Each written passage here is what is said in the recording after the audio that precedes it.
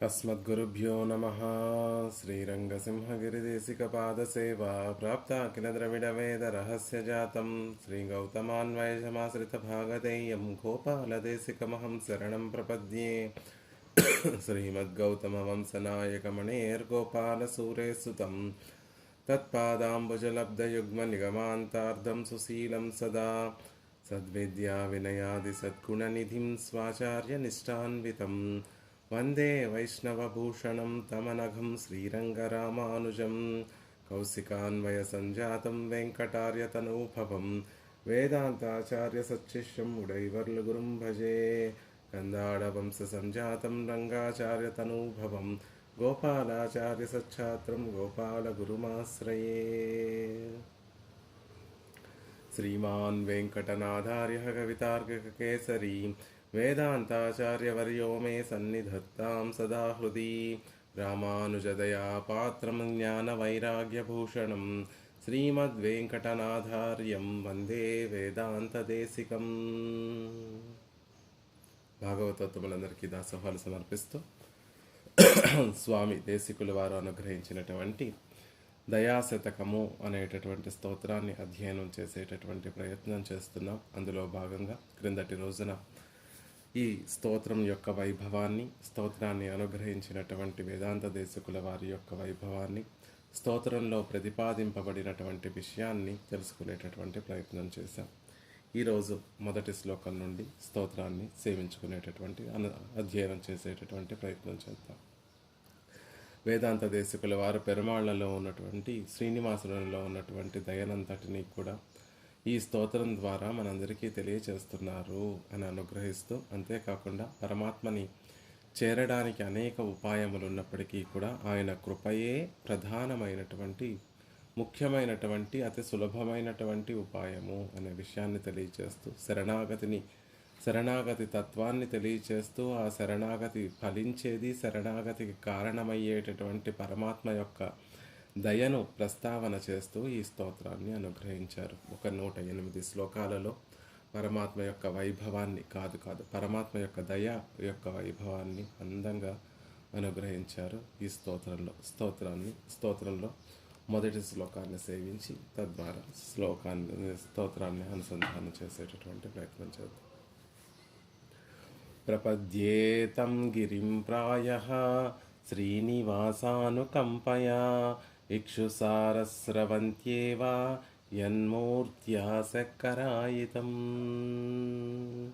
ప్రపద్యేతం గిరిం ప్రాయః శ్రీనివాసానుకంపయా ఇక్షుసారస్రవంత్యేవ యన్మూర్త్యా సక్కరాయితం.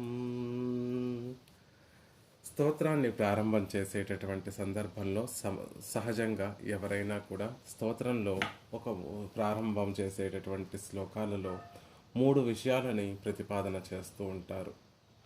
ఆశీర్వచనం కానీ, వందనం కానీ, వస్తు నిర్దేశం కానీ, అంటే చెప్పబోయేటటువంటి విషయాన్ని టూకీగా చెప్పడము, మొదటి శ్లోకంలో చెప్పడము, లేకపోతే మంగళ సూచకంగా ఈ స్తోత్రాన్ని అధ్యయనం చేసేటటువంటి వారికి మంగళములు కలగాలని, స్తోత్రాన్ని ప్రారంభించినటువంటి తమకి కూడా పరమాత్మ యొక్క కటాక్షం కలిగి స్తోత్రం అంతా కూడా నిర్విఘ్నంగా సాగాలని ఆశీస్సులను ఆకాంక్షిస్తూ ఆశీర్వచనపూర్వకంగా ఉంటుంది మొదటి శ్లోకం.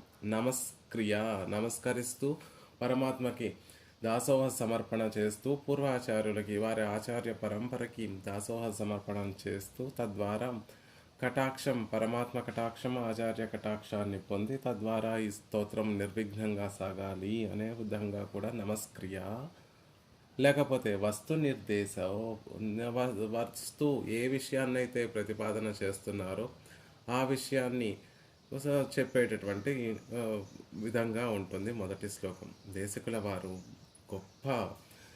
గొప్ప పాండిత్యం కలిగినటువంటి వారు, గొప్ప వైభవం కలిగినటువంటి వారు. అందుకని ఈ శ్లోకంలో మొదటి మూడిటిని, వస్తు నిర్దేశాన్ని, ఆ తర్వాత ఆశీర్వచనాన్ని, మంగళ సూచకంగా ఉండేటటువంటి విషయాన్ని నమస్క్రియ వందనపూర్వకంగా ఈ శ్లోకాన్ని అనుగ్రహిస్తున్నారు. ప్రపద్యే తం గిరిం ప్రాయః శ్రీనివాసానుకంపయా ఇక్షుసార స్రవంత్యేవా యన్మూర్ధ్యా శక్కరాయుతం.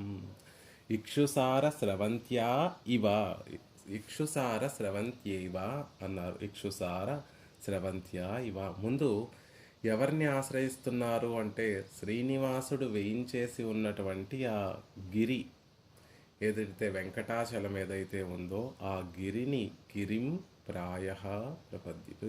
ప్రపద్యే తం గిరిం ప్రపద్యే, ఆ వెంకటాద్రిని ప్రపద్యే నమస్కరిస్తున్నాను, శరణ పొందుతున్నాను అనే విషయాన్ని చెప్తున్నారు. పరమాత్మ కన్నా కూడా ఆయన వేయించేసి ఉన్నటువంటి ఆ దివ్య స్థలం, దివ్య దేశం ఏదైతే ఉందో అది అత్యంత ప్రాప్యము అనేటటువంటి విషయాన్ని తెలియచేస్తూ, పరమాత్మ సంతోషంగా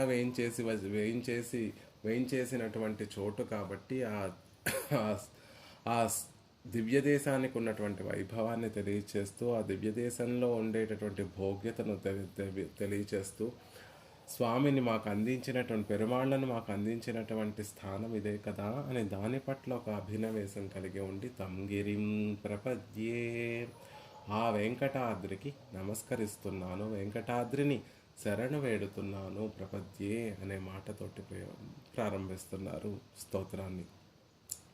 ఏమిటి ఈ వెంకటాద్రి, ఎలా ఉంటుంది ఈ వెంకటాద్రి అంటే ఇక్షుసార స్రవంత్యా ఇవ. ఇక్షు అంటే చెరుకు, సారస్రవంత్య ఇవ చెరుకు రసమైనటువంటి ఒక స్రవంత్య నది వలె ఉన్నటువంటి శ్రీనివాసానుకంపయా, శ్రీనివాసుని యొక్క అనుకంపయ దయచేత ప్రాయ తరచుగా యన్మూర్త్య ఏ వెంకటగిరి యొక్క ఆకృతిచే చక్కరాయుతం చక్కరగా పరిగణింపబడుతోందో, ఒక గులకరాళ్ళగా పరిగణింపబడుతుందో తం గిరిం ఆ వెంకటాద్రిని నమస్కరిస్తున్నాను. శ్రీనివాసుడు వేయించేసి ఉన్నటువంటి ఆ వెంకటాచలం ఏదో మనం చూస్తున్నటువంటి రాళ్లతోటి మొక్కలతోటి మానులతోటి రాళ్లతోటి రప్పలతోటి ఉండేటటువంటి వెంకటాచలం ఒక పర్వతం కాదండి. వెంకటాచలం సాక్షాత్తుగా పరమాత్మ యొక్క దయారూపమే ఈ వెంకటాచలము. పరమాత్మ దయ ఎలా ఉంటుంది అంటే ఇక్షుసార స్రవంత్య ఇవ, ఒక మధురమైనటువంటి రసభరితమైనటువంటి చెరకు రస ప్రవాహం ఎలా ఉంటుందో అంత భోగ్యంగా ఉండేటటువంటి శ్రీనివాస అనుకంపయ, శ్రీనివాసుని యొక్క దయ అనేటటువంటి ఆ దయే ఒక పర్వతంగా మారిపోయింది. ప్రాయ యత్ మూర్త్యా చక్కరాయుతం, ఆ పరమాత్మ యొక్క దయ మూర్తీభవిస్తే ఒక ఘనీ ఇప్పుడు ద్రవ రూపంలో ఉన్నటువంటి ఆ దయ ఒక ఘన పదార్థంగా మారిపోతే ఒక ఎలా అయితే ఉంటుందో అలా ఇక్కడ ఈ పరమాత్మ యొక్క దయ అనేటటువంటి ఆ ప్రవాహమే ఒక ఘన రూపాన్ని స్వీకరించి అది ఒక పర్వతంగా మారిపోయింది. చక్కరాయుతం చక్కరగా లేకపోతే గులకరాళ్ళగా మారబడినటువంటి ఆ గిరిని వెంకటాద్రిని ప్రపద్యే నమస్కరిస్తున్నాను. వెంకటాచలం మరేమిటో కాదండి, శ్రీనివాసుని యొక్క దయకి ఘనీభవమైనటువంటి రూపము. పరమాత్మ యొక్క దయను చెరకు రసంతో అభివర్ణిస్తూ, చెరుకు రసంగా భావన చేస్తూ, చెరుకు రసాన్ని బాగా వేడి చేస్తే అందులోంచి ఎలా అయితే పటిక బెల్లమో లేకపోతే మామూలుగా మనం స్వీకరించేటటువంటి బెల్లమో వస్తుందో అలా పరమాత్మ యొక్క దయ అనేటటువంటి రూపానికి, దయ అనేటటువంటి ప్రవాహానికి ఒక రూపం కడితే అది బాగా ఎక్కువై ఘనీభూతమైతే అది పర్వతంగా మారింది, వెంకటాచలంగా మారింది. ఆ వెంకటాచలాన్ని ప్రపద్యే నమస్కరిస్తున్నాను, శరణ పొందుతున్నాను అని చెప్తున్నారు. శ్రీనివాసుని దయ చెరుకు రస ప్రవాహం వంటిది. ఆ చెరుకు రస ప్రవాహం గడ్డ కడితే చక్కెరగా మారుతుంది. అలాగే శ్రీనివాసుని యొక్క దయా ప్రవాహం ఘనీభవించి అద్రిగా పరిగణించింది, ఒక పర్వతంగా మారింది. అటువంటి ఆ వెంకటగిరికి నమస్కరిస్తున్నాను. ఎవరైనా పరమాత్మ కటాక్షం పొందాలి అంటే పరమాత్మని ప్రసన్నం చేసుకోవలసినటువంటి, పరమాత్మకి నమస్కరించవలసినటువంటి పని ఉంటుంది. మామూలుగా వేరే చోట్ల అయితే పరమాత్మను సేవించాలి, పరమాత్మ కటాక్షం పొందాలి అంటే ఆయనకు సేవ చేయాలి. శ్రీనివాసుని విషయంలో అలా కాదండి. ఆ వెంకటాచలానికి ఒక దాసోహం సమర్పిస్తే చాలు, ఆ వెంకటాచలమే మనకి కావాల్సినటువంటి పురుషార్థములన్నిటినీ కూడా ప్రసాదిస్తుంది. ఇలా చెప్పడంలో ఉన్నటువంటి ఆంతర్యం ఏమిటి అంటే, ఆ వెంకటాచలమే మనని రక్షిస్తుంది, ఆ వెంకటాచలమే మన ఇష్టప్రాప్తి అనిష్ట నివారణత్వాన్ని కలగచేస్తుంది అనే విషయాన్ని చెప్తున్నారు. వారు మొదటి శ్లోకంలో శ్రీనివాసునికి మంగళాశాసనం చేసి శరణాగతి శాస్త్రమైనటువంటి దయాశతకాన్ని మనకి అనుగ్రహిస్తున్నారు అని చెప్తున్నారు. ప్రపద్యే దయాశతకం దేంతో ప్రారంభమవుతుంది అంటే క్రియాపదంతో, ప్రపద్యే ఆశ్రయిస్తున్నాను, శరణాగతిగా నేను పొందుతున్నాను అనేటటువంటి ప్రపద్యే అనేటటువంటి పదంతో ప్రారంభమవుతోంది. క్రియ ప్రధానమైన జగత్తంతా కూడా క్రియ మీదే ఆధారం. ఏదైనా మనసులో తలుచుకోవటము కన్నా కూడా దానిని ఆచరించడం ప్రధానమైనటువంటిది, కూడా అనుష్ఠానం ప్రధానమైనటువంటిది. కాబట్టి ప్రపద్యే ఏదైతే శరణాగతి అనేటటువంటి విషయం ఉందో, జ్ఞానం ఉందో, అది జ్ఞానం వరకు పరిమితం కాకుండా ప్రపద్యే దాన్ని ఆశ్రయించేటట్టు అనుష్ఠాన పర్యంతము ఉండేటట్టుగా చెప్తున్నారు. తస్మాత్ న్యాసమేషాం తపసాం అతిరిక్తమాహు. ఉపనిషత్తులు కూడా పరమాత్మను చేరుకోవడానికి అనేక ఉపాయాలు ఉన్నాయి. ఋతము, సత్యము, ధర్మము, దానము, దమము, యజ్ఞము, వీటన్నిటి ద్వారా పరమాత్మను సేవించవచ్చు. సత్యాన్ని పలకడం ద్వారా పరమాత్మను సేవించి పరమాత్మను పొందొచ్చు. ధర్మాన్ని ఆచరించడం ద్వారా శాస్త్రంలో చెప్పబడింది ఇవి చెయ్యాలి, ఇవి చెయ్యకూడదు అని శాస్త్రం చెప్తూ ఉంటే వాటినన్నిటినీ అనుసరిస్తూ పరమాత్మని సేవిస్తూ తద్వారా పరమాత్మను పొందొచ్చు. దానము, దమము, ఇంద్రియ నిగ్రహం ద్వారా యజ్ఞయాగాదనలు చేయడం వల్ల పరమాత్మను పొందేటటువంటి ప్రయత్నాలు చేయొచ్చు. కానీ వాటన్నిటికన్నా కూడా అతిరిక్తమాహు ఏది గొప్పది అంటే న్యాసమేషాం తపసాం అతిరిక్తమాహు. న్యాసము అనేటటువంటి భరన్యాసము, మన రక్షణ భారాన్నంతటినీ కూడా ఇంకొక చోట న్యాసము అంటే ఇంకొక చోట పెట్టడం, భగవంతుని యందు తన ఆత్మరక్షణ భారాన్ని సమర్పించడము న్యాసము అని చెప్తారు. మోక్షానందాన్ని పొందడానికి శ్రేష్టమైనటువంటి ఉపాయం ఏది అంటే శరణాగతే సుమా. పరమాత్మ, నేను నీ వాడను, నీవు స్వామివి, నేను సొత్తును, కాబట్టి నన్ను రక్షించే భారం, రక్షించుకునేటటువంటి భారం నీదే సుమా అనేటటువంటి మహావిశ్వాసంతో ప్రార్థించడమే ప్రపత్తి, శరణాగతి. అది గొప్పదైనటువంటి మాట, గొప్పదైనటువంటి ఆచరణ, గొప్పదైనటువంటి ఉపాయము. శరణాగతి ఎప్పుడు ఫలిస్తుంది అంటే మన ప్రయత్నంతో చేసేటటువంటి శరణాగతి ఫలించదండి, కృపచేత. అది కూడా అతని కృపచేత. అదుவும் అవన్ అరుళాలే, పరమాత్మ యొక్క కటాక్షం చేతే మనం శరణాగతి చేయగలుగుతాం. శరణాగతి అనేటటువంటిది ఫలిస్తుంది. రామాయణంలోనే భరతుడు చేసినటువంటి శరణాగతి ఆలస్యంగా ఫలించడానికి, లక్ష్మణుడు చేసినటువంటి శరణాగతి వెంటనే ఫలించడానికి కారణం ఏమిటి అంటే శరణాగతి చేసినటువంటి వారిలో ఉన్నటువంటి దోషమా, లేకపోతే శరణాగతి చేసేటటువంటి విధానంలో లోటా అంటే రెండు కాదండి. శరణాగతి చేసినటువంటి వారిలో, శరణాగతి చేసినటువంటి పద్ధతిలో కూడా ఏ లోటు లేదు. కానీ పరమాత్మ ఇచ్ఛ, ఆయన కటాక్షము, ఆయన కృప ఎలా ఉంటే అలాగా, ఆయన హృదయం ఎలా ఉంటే అలాగే. ఆయన ఆలస్యంగా భరతుడికి 14 సంవత్సరాల తర్వాత నేను ఏం చేస్తాను, నీ కోరిక తీరుస్తాను అని ఆయన అనుగ్రహించాడు. లక్ష్మణుడిని వెంటనే నువ్వు నాతో రావచ్చు అని స్వీకరించి లక్ష్మణస్వామిని తనతో పాటు అరణ్యానికి తీసుకుని వెళ్ళాడు. కాబట్టి మనం చేసే శరణాగతే మనకి మోక్షాన్ని, పరమాత్మని ప్రసాదిస్తుందా అంటే కాదు సుమా. అది కూడా ఆయన దయే, ఆయన కటాక్షమే అనేటటువంటి విషయాన్ని చెప్తున్నారు. ప్రపదనము ఎంత కష్టమైనా చూడండి, ఆయన అభయహస్తానికి మనం పాత్రులం అవ్వాలి, ఆయన కృపాకటాక్షాలకి పాత్రులం అవ్వాలి అంటే చేయవలసింది ఏమిటి అంటే ఆయన పాదార విందములను పట్టుకోవడము. దానినే ప్రపదనము అంటారు. ఆయన పాదార విందములను పట్టుకుంటే ఆయన మన వైపు చూస్తాడు, ఆయన కృపాకటాక్షమును మన మీద పడతాయి, ఆయన దయ మన మీద ప్రవహిస్తుంది. ఎంత కఠినాత్ముడైనా, ఎంత క్రూరాత్ముడైనా, పాదాల మీద పడినటువంటి వారి విషయంలో ఎవరైనా ఆ క్రూరాత్ముడు, కఠినాత్ముడైనటువంటి వాని యొక్క పాదార విందములను ఆశ్రయిస్తే మనసు కరగకుండా ఉండదు. ప్రపదనం అనేటటువంటిది దయ ఉద్భవించేటట్టుగా చేస్తుంది. మనసులో దయ కలిగేటట్టుగా చేసేటటువంటి ఒక పనిని ప్రపత్తి అని చెప్తారు. ఈ విషయం బాగా అర్థం అవ్వాలి. అది కూడా విధిగా ఏదో శాస్త్రాన్ని బలవంతంగా చేసేటటువంటి పని ప్రపత్తి కాదు. పాదార విందముల మీద పడడము, దయ కోసం జాలి కలగడం కోసం పాదార విందములను ఆశ్రయిస్తే జాలి కలగడము, దయ కలగడము అనేటటువంటిది లోకంలో అతి సామాన్యంగా సహజంగా కలిగేటటువంటి ఒక స్థితి.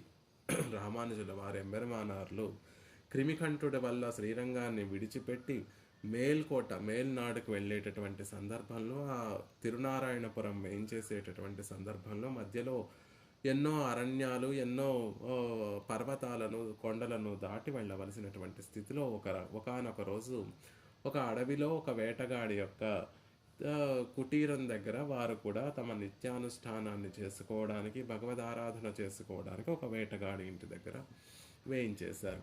ఆ వేటగాడికి రామానుజుల వారి యొక్క వైభవం, ప్రభావం తెలిసినటువంటి వారు ఆ నోట ఈ నోట శ్రీరంగంలో పెద్ద స్వామివారు ఉన్నారు, అందరినీ రక్షించేటటువంటి వారు అని తెలిసినటువంటి విషయము వారి వేటగాడికి కూడా రామానుజుల వారిని తమ కుటీరానికి ఆహ్వానించి ఏదో తనకి శక్తి సామర్థ్యాలకు తగినట్టుగా ఆదరించాలి, వారిని సేవించాలి అనేటటువంటి ఉద్దేశంతో రామానుజుల వారిని ఆహ్వానించడము, ఆయనకి తన విధంగా తాను సమర్పించేటటువంటి విధంగా కొంచెం మంచి తీర్థాన్ని, కొంచెం తేనెను, పాలను, వాటినన్నిటినీ సమర్పించాడు ఆ వేటగాడు. రామానుజుల వారు సంతోషించి, ఏమైనా ఇవాళ ఏమిటి విశేషాలు అని అడిగారట వేటగాడిని రామానుజుల వారు. వెంటనే ఆ వేటగాడు, స్వామి ఈరోజు ఒక విశేషం జరిగిందండి, వేటకి నేను వెళ్ళాను, మామూలుగా రోజు నేను వేటగా వెళ్ళినట్టుగా వెళ్ళాను, ఇవాళ నా అదృష్టము, నాకు ఒక చిన్న లేడి పిల్ల దొరికింది, బాణం వేస్తూ నేను వేసినటువంటి వలలో లేడి పిల్ల దొరికింది, ఆహా ఇవాళ నా భాగ్యము అని చెప్పి ఆ లేడి పిల్లను నేను కట్టేసి, దాని కాళ్ళు కట్టేసి ఆ లేడి పిల్లను ఇంటికి తీసుకొచ్చేటటువంటి సమయంలో ఎక్కడి నుంచి వచ్చిందో తెలియదు, తల్లి లేడి పరుగున వచ్చి నా ముందు తన 2 కాళ్లను ముందుకు చాచి దాసోహం సమర్పిస్తున్నట్టుగా, నమస్కారం సమర్పిస్తున్నట్టుగా పడుకొని ఉంది. ఏం చేసినా వెళ్ళలేదు. అప్పుడు నాకు అర్థమైంది దీని తల్లి, నేను పట్టుకు వెళ్ళిపోతున్నటువంటి లేడి పిల్ల యొక్క తల్లి ఇది అని. అది తన పిల్లని విడిచిపెట్టమని శరణాగతి దాసోహం చేస్తోంది అనేటటువంటి ఆ విషయం అర్థమైంది. ఆ తల్లి అలా కాళ్లను ముందుకు చాచి, ఆ వెనక కాళ్లను వెనక్కి చాచి నాకు నమస్కారం పెడుతుంటే నా మనసు కరిగిపోయిందండి. అందుకని ఆ లేడి పిల్లను విడిచిపెట్టేశాను, పట్టుకున్నటువంటి ఆ లేడి పిల్లను విడిచిపెట్టేశాను అనేటటువంటి విషయాన్ని రామానుజుల వారికి చెప్తారు. రామానుజుల వారి యొక్క మనసు ఆనందంతో పొంగిపోతుంది. ఎంత ఏదో శాస్త్రాలను అధ్యయనం చేసి గొప్ప ఆచార్యుల్ని ఆశ్రయించి తద్వారా పంచ సంస్కారాలు పొంది, తర్వాత 3 మంత్రములను పొంది, ఆ 3 మంత్రముల యొక్క అర్థాన్ని పొంది, తర్వాత శరణాగతి ఉత్తమమైనటువంటి ఒక ఉపాయము అని భావించి తర్వాత పెరుమాళకి శరణాగతి చేస్తున్నాం మనమందరం కూడా. కానీ శరణాగతి అనేటటువంటిది లోకంలో సహజంగా ఉండేటటువంటి ఒక విధానమే సుమా. ఎవరి మనసులో అయినా జాలిని కలగచేయాలి, ఎవరి మనసులో అయినా దయను ప్రవహింపచేయాలి అంటే ఉత్తమమైనటువంటి మార్గం ఏమిటి అంటే దాసోహ సమర్పణం. వారి కాళ్ళు పట్టుకుంటే ఎంతటి కఠినాత్ముడైనటువంటి మనసైనా, కఠినాత్ముని యొక్క మనసైనా కరగకుండా మానదు. కాబట్టి ఇది అత్యంత సహజమైనటువంటిది. దీనికోసం మనం ఏవో శాస్త్రాధ్యయనాలు, ఏవో దర్శన స్థాపనాలు ఇవన్నీ చేస్తున్నాం, అవసరం లేదు. ప్రకృతిలో ప్రతి జీవికి తెలిసినటువంటి అత్యంత సులభమైనటువంటి మార్గము, దీనిని విడిచిపెట్టి కర్మయోగము, జ్ఞానయోగము, భక్తి యోగము అని ఆ కష్టతరమైనటువంటి యోగాలన్నిటినీ, ఉపాయములన్నిటినీ కూడా ఆశ్రయించి పరమాత్మని పొందాలి అని, అయ్యో ఇంత కష్టపడిపోతున్నామే అనేటటువంటి భావన రామానుజులు. ఎవరు చెప్పారు ఆ జింకకి? వేటగాడి ముందు నమస్కారం చేస్తే కాళ్ళు ముందుకు చాపి వెనక కాళ్ళ వెనక్కి చాపి శరణాగతి చేస్తే జాలి కలుగుతుందని ఆ జింకకి ఎవరైనా ప్రబోధించారా? శాస్త్ర అధ్యయనం చేసి చెప్పారా? లేకపోతే పంచ సంస్కారాలు అనుగ్రహించి మంత్రార్థాలను అనుగ్రహించి ఆ జింకకి చెప్పారా అంటే లేదు కదా. సహజంగా లోకంలో ఉన్నటువంటి ఒకే ఒక మార్గం, దయను కలిగి మనమందరి యొక్క చివరి పురుషార్థం ఏమిటి అంటే పరమాత్మ కృప మన మీద ప్రసరించడము. దానికి సాధనం, ఉత్తమమైనటువంటి సాధనం ఏమిటి అంటే శరణాగతే. అది ఎలా తెలుస్తుంది అంటే సహజంగా మనకు ఉన్నటువంటి విషయమే అది తెలుసుకోక్కర్లేదు, అధ్యయనం చేసి తెలుసుకోవాల్సినటువంటి అవసరం లేదు. కష్టం కలిగినప్పుడు అవతల వ్యక్తి మనసులో మన మీద జాలి కలిగించడం కోసం మనం చేయవలసినటువంటి పని ఏమిటి అంటే దాసోహ సమర్పణ అనే విషయాన్ని చెప్తున్నారు. అలా ప్రపదనం దయాన్ని కలిగించేటటువంటి ఒక ఉత్తమమైనటువంటి విషయం కాబట్టి ఆశ్రయించేటటువంటి వారిని రక్షించడం దయాకార్యం కాబట్టి లోకంలో చూసినా కూడా శరణాగతి చేయడమే ఉత్తమమైనటువంటి పని. అందుకే ప్రపద్యే అనేటటువంటి మాటతోటి ప్రారంభిస్తున్నారు శ్లోకాన్ని. ఈ ప్రపద్య అనేటటువంటి మాటను ప్రయోగించడానికి ద్వయమంత్రము నిత్యము మనం సేవించవలసినటువంటి దాని అర్థాన్ని నిత్యము అనుసంధించుకోవడానికి యోగ్యమైనటువంటి మంత్రం. ఆ ద్వయమంత్రంలో శ్రీమన్నారాయణ చరణౌ శరణం ప్రపద్యే శ్రీమతే అని వస్తుంది కాబట్టి ప్రపద్యే అనేటటువంటి మాట కూడా ఆ ద్వయమంత్రంలో చెప్పబడింది. ఆ ద్వయమంత్రంలో చెప్పబడినటువంటి ఆ ప్రపద్యే అనేటటువంటి మాటకి మహావిశ్వాసపూర్వకంగా పరమాత్మని ఆశ్రయించడము, పరమాత్మ పాదార విందములను పట్టుకోవడము అనేటటువంటి అర్థం కాబట్టి ఆ విశ్వాసాన్ని కూడా తెలియచేస్తూ ప్రపద్యే గొప్ప విశ్వాసంతో వెంకటాచలపతిని ఆశ్రయిస్తున్నాను. కాదు సుమా, వెంకటాచలాన్నే ఆశ్రయిస్తున్నాను అని చెప్తున్నాను. తం గిరిం, గిరిం అంటే పర్వతం, తం గిరిం ఆ పర్వతాన్ని అని చెప్తున్నారు. దేశకుల వారు ఈ స్తోత్రాన్ని ఎక్కడ అనుగ్రహించారండి అంటే శ్రీనివాసుని సన్నిధిలోనే, తిరుమలలోనే స్తోత్రాన్ని అనుగ్రహించారు, దయాశతకాన్ని అనుగ్రహించారు అని ఐతిహ్యం పెద్దలందరూ కూడా చెప్తూ ఉంటారు. మరి శ్రీనివాసుని సన్నిధిలోనే ఉండి వెంకటాచలం దగ్గరే ఉండి ఆ పర్వతము అని పరోక్ష నిర్దేశం ఎందుకు చేస్తున్నారు? దూరంగా ఎక్కడో ఉన్నటువంటి పర్వతం గురించి చెప్తున్నట్టుగా ఆ పర్వతము అని ఎందుకు చెప్తున్నారు అంటే ఈ తమ్ అనేటటువంటి పదం ఒకవేళ పరోక్ష నిర్దేశాన్ని చేస్తుంది, కానీ మనం అక్కడే ఉండి తమ్ అనేటటువంటి ఒక మాటను ప్రయోగిస్తే దానికి అర్థం ఏమిటి అంటే ఆ ప్రసిద్ధమైనటువంటి గిరి. తమ్ ఆ పర్వతము, ఆ అంటే ఏమిటి, ఆ ఆకారం ఏం సూచిస్తుంది అంటే గొప్పదైనటువంటి, గొప్ప వైభవం, ప్రసిద్ధమైనటువంటి పర్వతము. ఏమిటి ఈ పర్వతంలో ఉన్నటువంటి ప్రసిద్ధి అంటే ఆశ్రయించినటువంటి వారి యొక్క కష్టాలను తీర్చేటటువంటి పర్వతము. గొప్ప వారిని కూడా ఎలాంటి వారు ఆశ్రయించినా కూడా వారందరినీ రక్షించేటటువంటి స్వభావం కలిగినటువంటి పర్వతము.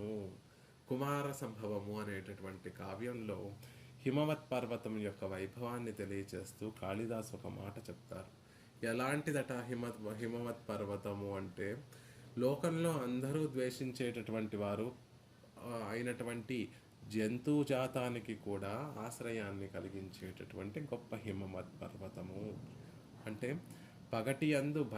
పగటిపూట భయపడుతూ బ్రతికేటటువంటి జంతురాశులు కొన్ని ఉన్నాయండి. సూర్యుడు అంటే సహజంగా వాటికి గిట్టదు. అంధకారంలోనే గడిపేటటువంటి కొన్ని జంతువులు ఉంటాయి, గుడ్లగూబలు వంటి జంతువులు ఉంటాయి. అలాంటి ఆ గుడ్లగూబలకి కూడా ఆశ్రయాన్ని కలిగించేటటువంటి ఒక అద్భుతమైనటువంటి స్వభావం కలిగినటువంటి పర్వతము హిమవత్ పర్వతము అనేటటువంటి విషయాన్ని చెప్తారు. లోకల్లో చెడు అని భావన చెడ్డవారు లేకపోతే చెడ్డ జంతువు అని భావన చేసేటటువంటి వాటికి కూడా ఆశ్రయాన్ని ఇచ్చేటటువంటి పర్వతము హిమవత్ పర్వతము అని చెప్తున్నారు. దానికి సమర్థిస్తూ ఏమని చెప్తారు? క్షుద్రేపి నూనం శరణం ప్రపన్నే మహత్వముచ్చై శిరసా సతీవా. క్షుద్రులైనప్పటికీ కూడా శరణాగతి చేస్తే వారిని రక్షించడం అనేటటువంటిది ఉత్తమమైనటువంటి వ్యక్తులలో ఉండేటటువంటి గుణం కదా, సజ్జనుని విషయంలో ఉండేటటువంటి గుణం కదా. సజ్జనులు ఎలా ఉంటారు అంటే తనకి అపకారం చేస్తూ లోకానికంతటికీ అపకారం చేసేటటువంటి వాడైనప్పటికీ కూడా తన పాదార విందములను ఆశ్రయిస్తే సజ్జనుల యొక్క మనసు కరిగిపోతుందండి. అలాంటి సజ్జనులు క్షుద్రుడైనప్పటికీ కూడా అతనికి ఆశ్రయాన్ని ఇచ్చేటటువంటి గొప్ప మనసు కలిగినటువంటి వారవుతారు అని చెప్తూ ఉంటారు. కాబట్టి శరణాగతం వివాధో నలినం తిమిర సంగం మవత్సు ప్రదీపేషు. లోకంలో చీకట్లు, సూర్యుడు ఉదయించగానే చీకట్లంతా కూడా పారిపోతూ ఎక్కడికి వెళ్ళి తలదాచుకుంటాయి అంటే అదిగో కొండ గుహలలో వెళ్ళి తలదాచుకుంటాయి. అలా లోకంలో చెడ్డవారిగా భావించేటటువంటి వారికి కూడా శరణాగతి చేశారు అనేటటువంటి ఒక భావనతోటి వారిని వారిని రక్షించేటటువంటి స్వభావం ఈ హిమవత్ పర్వతానికి ఉందండి అని కాళిదాసు హిమవత్ పర్వతం యొక్క గొప్పతనాన్ని చెప్తున్నారు. అలా ఇక్కడ తం గిరిం వేదాంత దేశకుల వారు కూడా ఎన్నో పాపాలు చేసి ఎన్నో ఎంతో అయోగ్యత కలిగినటువంటి మనమందరినీ కూడా రక్షించేటటువంటి గొప్ప ఆ, స్వభావం కలిగినటువంటి పర్వతం వెంకటాచలం. తం గిరిం, మన పాపాలన్నిటినీ కూడా తొలగించేసేటటువంటి గొప్ప గిరి. వెంకటాద్రి సమం స్థానం బ్రహ్మాండే నాస్తి కించన. వెంకటాచలంతో సమానమైనటువంటి ప్రదేశం బ్రహ్మాండమంతా వెతికినా కూడా మరొకటి లేదు అని ప్రసిద్ధమైనటువంటి ఒక గిరి ఈ పర్వతం. కాబట్టి తం గిరిం, పురాణాలలో ప్రసిద్ధమైనటువంటి గిరిసుమా అంటున్నారు.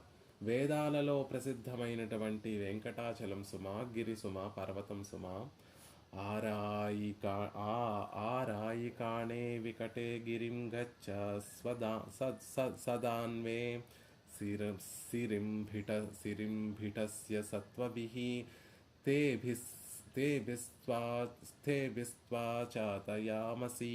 వేదంలో ఈ వెంకటాచలం గురించి చెప్పబడింది అని చెప్తారు. వేదం ఏమి చెప్తుంది అంటే, ఓ పేదరికంతో బాధపడుతున్నటువంటి ఓ జనులారా, అంటే ఆత్మజ్ఞానం లేకుండా పరమాత్మ ఎవరు, స్వస్వరూపమేమిటి, పరస్వరూపమేమిటి, ఆయన పొందేటటువంటి ఉపాయ స్వరూపమేమిటి, పొందగా మనకి కలిగేటటువంటి లాభమేమిటి, విరోధములేమిటి, ఇవేవీ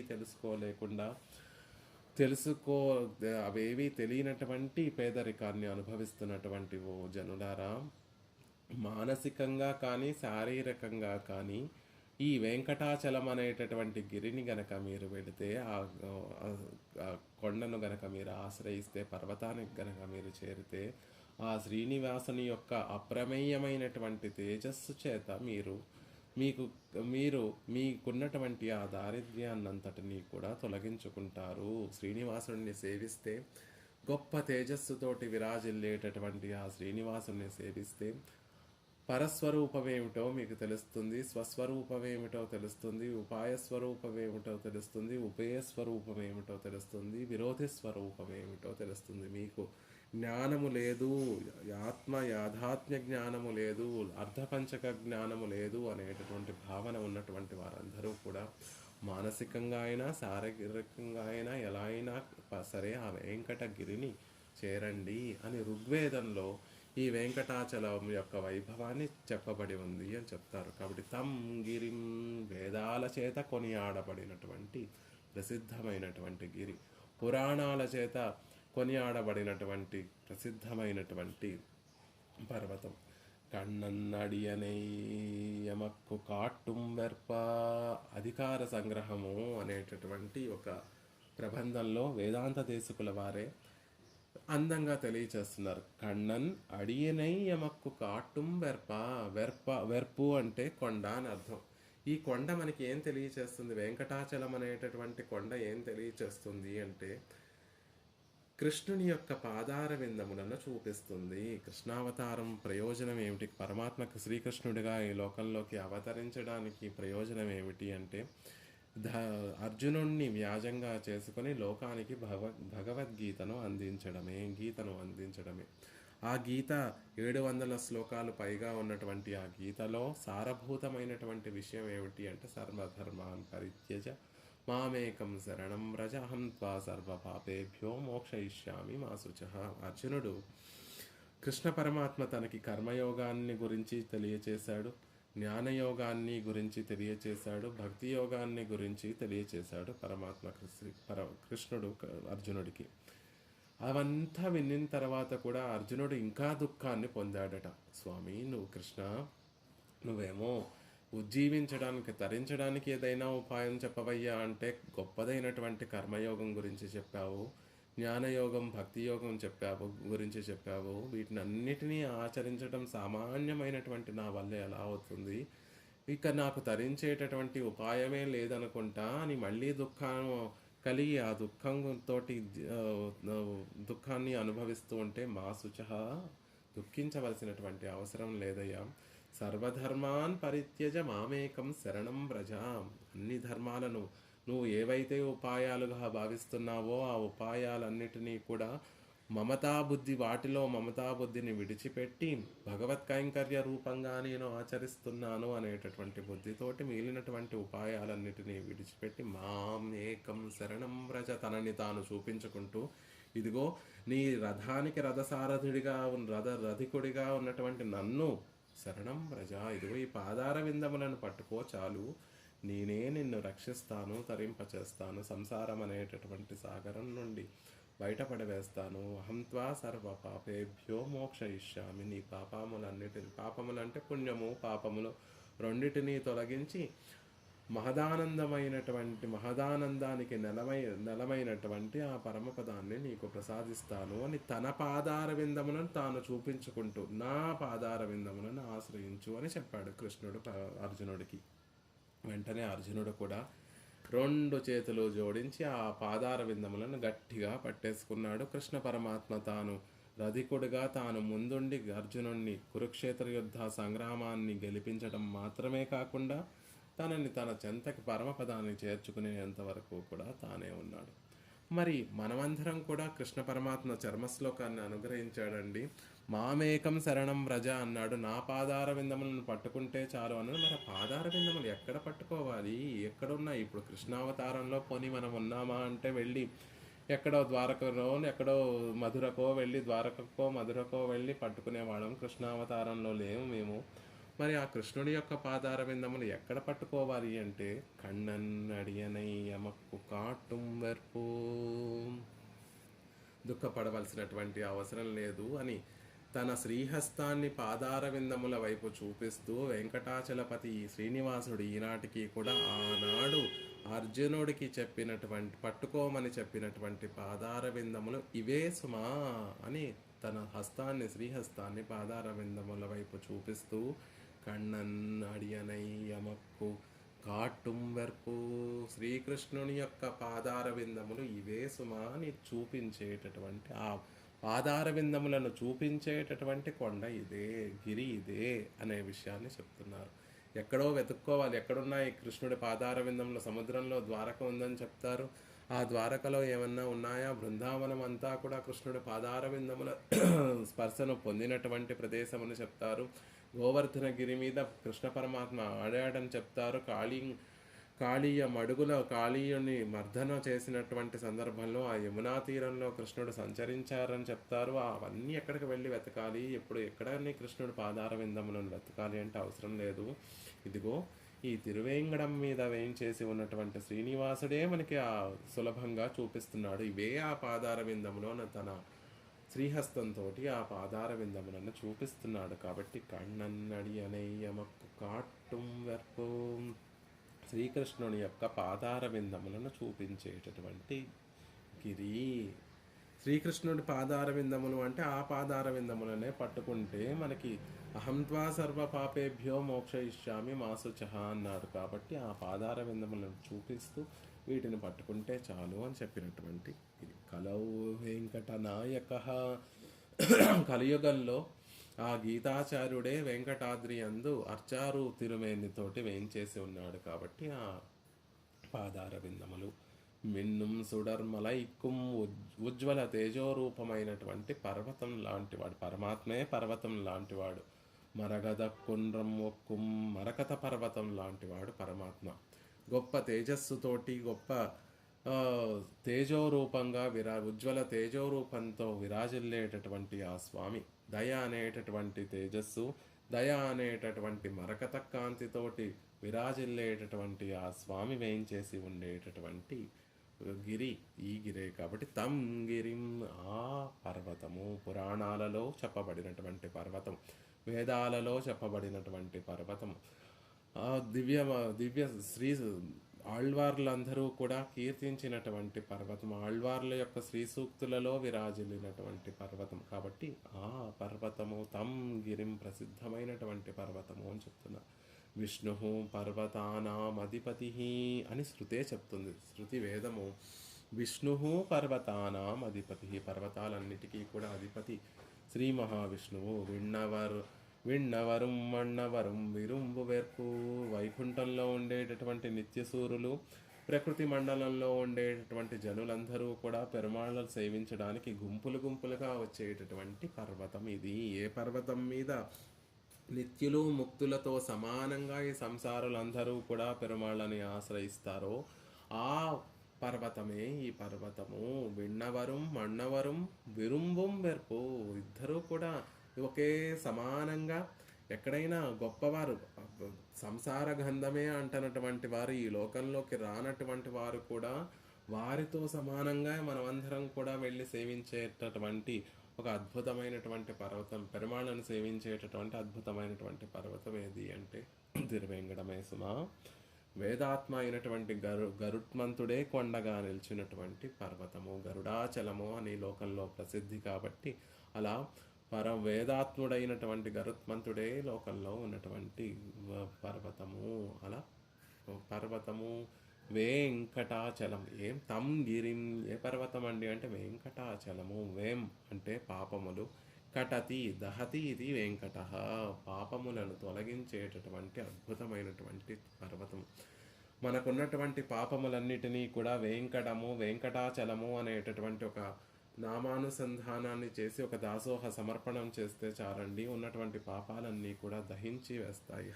హరతి పాపాని, హరినామస్మరణ ఎలా అయితే పాపాలన్నిటినీ కూడా తొలగిస్తుందో వెంకటాచలం కూడా ఆ వెంకటాచలం యొక్క నామస్మరణ కూడా పాపాన్ని దహించవేస్తుంది.